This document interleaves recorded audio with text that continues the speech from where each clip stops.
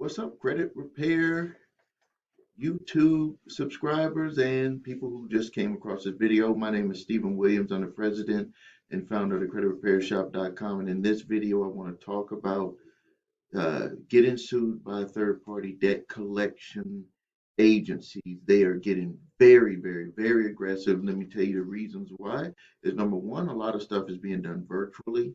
They're sending stuff in digital uh, to the courthouse. They don't even have to go there anymore, getting the information over there, and they're just taking their chances on suing people.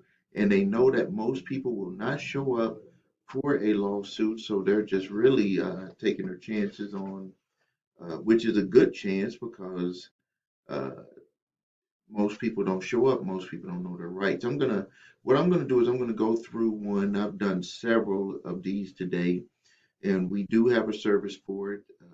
The link is below this video. Um, but this is one of the common things that I'm seeing with these summons. And some debt collectors, they go into detail, full detail. And I think that that's because they've probably gotten one of our uh, pro se defenses sent to them. And so they kind of were like, hey, we better, just in case we're dealing with this person who's putting these together for these people, uh, we better be more prepared. But even if they prepare more, it does not matter with what you're going to ask for them on the defense because they can never really provide it. And it's going to really just come down to if you get a judge that's going to kind of push it to the limit by making them prove everything, or if you're going to get a judge that just says, hey, this was your debt and you got to pay them something.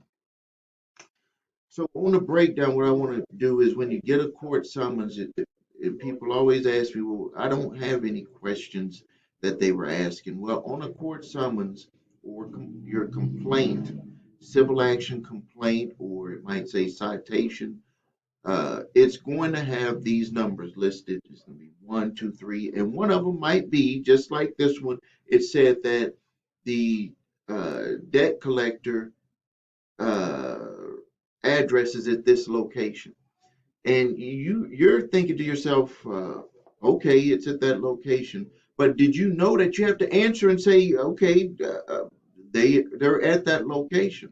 Like you actually have to answer that. That's part of this. It's like how they try to trick you in a way. And the next thing is it says defendant who is an adult resides at this address, and you have to answer that. The next thing it says that the plaintiff is the holder of the credit agreement, and we'll get into that in a second. Saying that they're the holder of the credit agreement, the contract, the terms, conditions for which were agreed to by and between the parties, the credit agreement or slash and or credit statement attached hereinto, which is the statement from the original creditor. So when they say that they had a contract, this is where they really try to, do their little sleight of hand to the court. They say we had this contract. Well, you have that contract. You don't have a contract between me and you. So what I want to do is I want to say, show me the contract between me and you. Next thing that obviously what everybody's gonna say, well, I purchased the debt. So now you got a contract showing that you purchased the debt. Okay, now show me all of the paperwork to prove what you're claiming I owe for this debt. And did you review those documents? And how did you review those documents? And let's just even throw in how did you get access to my information? Show me how this whole process went about. And that's where they'll try to give you affidavits and they'll say, well, it was purchased from this place to this place to this place. Uh, but you got to challenge all of that. If you don't do it, you're just giving them an easy way to win. This is how you end up fighting these, and they can end up saying, we don't want to go down that rabbit hole of getting that information because there could be a problem either with privacy, there could be a problem where what we're claiming is not the right amount claimed. It could be anything. That's why you have to fight. And the worst case scenario, if you lose, you can just go for a settlement. So why not fight and have a chance of winning, throwing some punches and seeing what could happen? So now the next thing here, it says that the defendant defaulted under the terms and conditions of the contract by failing to make the required payment when due. Okay, so there, when you answer this part, you say, well, we haven't even got to this here. I want to go over what you're talking about with the contract between me and you show me all of the statements and everything that you're claiming in this summons here. The next one here is that the claim, and this is a very short one. Some of them are really long and drawn out, and they did not really provide much with this. They just provided an old statement, and that was basically it. This is a very simple one. They have the amount saying that they want to get a judgment in favor of the amount. And this is where, again, you would reiterate. Sorry about that. One of my employees had a quick question, but so they're saying that this person owes a lot of money. I'm not going to mention the amount.